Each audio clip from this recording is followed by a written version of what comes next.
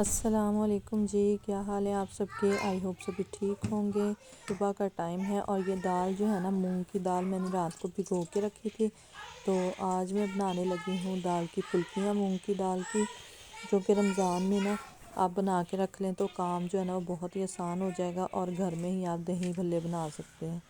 तो दाल जो है वो मैंने जग में डाल दिया। इसमें मैंने शामिल किया है थोड़ा सा मीठा सोडा।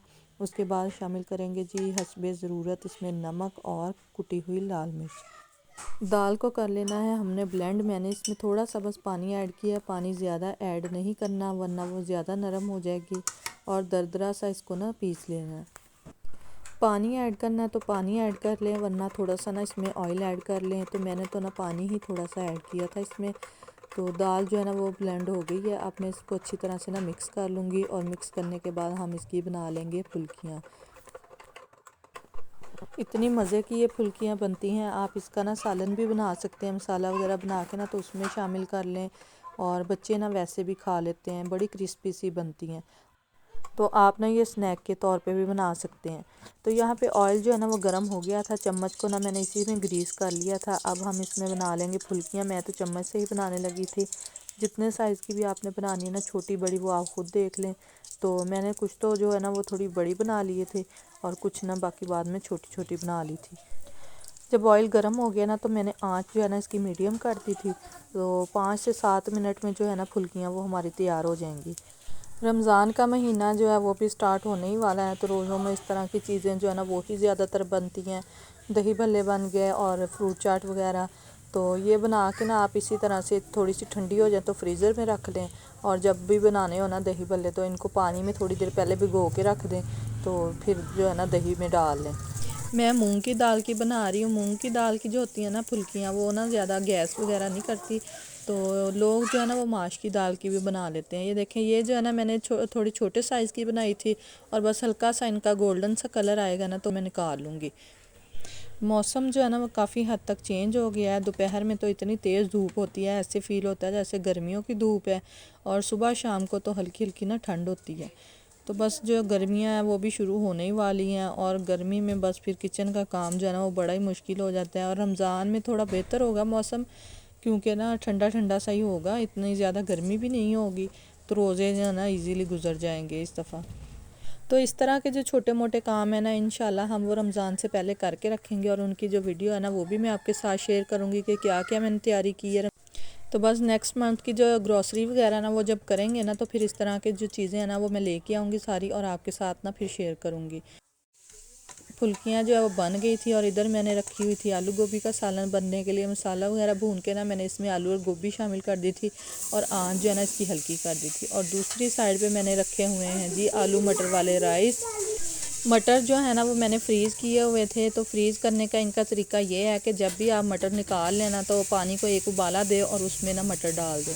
तो बस एक उबाला जब आ जाए ना तो उनको फिर निकाल ले चंगेर में और ठंडे करने के बाद ना आप इसको फ्रीज़र में रख लें। इससे ना मटरों का कलर वगैरह जो है ना वो ख़राब नहीं होगा और काफ़ी अर्सा तक चल जाएंगे। बच्चे आलू गोभी वाला पराठा तो खा लेते हैं लेकिन ना आलू गोभी का सालन नहीं खाते। तो मैंने ना इनके लिए राइस बना लिए थे। मैंने कहा एक टाइम ना पराठा खा लेंगे और दूसरे टाइम ना राइस खा लेंगे। तो यहाँ पे राइस जो है ना इनको बस मैं दम पे रखने लगी थी, बन गए थे हमारे राइस। अच्छा, राइस पकाते वक्त ना अब जो चावल है ना वो नए आए हुए हैं। तो इसमें ना अगर आप 1 चम्मच जो है ना सिरके का ऐड कर देना तो चावल बिल्कुल जुड़े जुड़े जो बन जाते हैं ना वो नहीं बनेंगे। जब पानी डालें ना चावलों में उस टाइम इसमें 1 चम्मच जो है ना वो सिरके का डाल दें। और दूसरी चीज़ ये है कि इसमें ना पानी जो है ना वो थोड़ा कम रखें, क्योंकि अगर 2 कप चावलों के हैं ना तो इसमें 1.5 कप के हिसाब से पानी डालें। 4 कप डलने हैं ना तो उसमें आप 3.5 कप जो है ना पानी के ऐड कर दें। तो यहाँ पे खाना जो है वो हमारा बन गया था। दही भल्ले जो है वो भी बन गए हैं। साथ में मैंने बना लिया था जी सैलड। बच्चे भी स्कूल से आ गए, उनका पेपर था। एक दिन पेपर होता है और एक छुट्टी होती है। तो पेपर आज हो गया, कल छुट्टी है। तो आज हमने जाना है जी मार्केट हमने किस लिए जाना है, हमने लेने हैं जी सोफ़ों के कवर। क्योंकि सोफ़े जो है ना वो हमने करवाने हैं पोशिश। तो यहाँ पे हम देखने आए थे उनके लिए कपड़ा। तो कपड़ा तो खैर बड़ा अच्छा पड़ा हुआ था, काफ़ी बड़ी मार्केट है। तो देखते हैं हमें क्या पसंद आता है क्या नहीं। वो 1200 तो स्टॉप करने के लिए कुछ आगे वो भी 1100 मिल जाएगा। ये नहीं, आपने कम बताया था, ऊपर लिखा है बस यही, मैंने कम क्यों वो आगे गिरेगा नहीं, वरना इसको ऐसे करेंगे यार वो करे जिस स्टॉप पर या नहीं देगा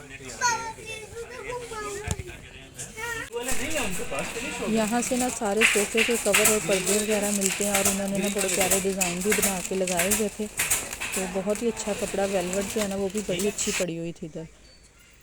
ये जो है ना ये सारी वेलवेट ही थी और ऊपर जो है ना उन्होंने डिज़ाइनिंग वाले भी बना के लगाए हुए थे कि इस तरह से बनवा सकते।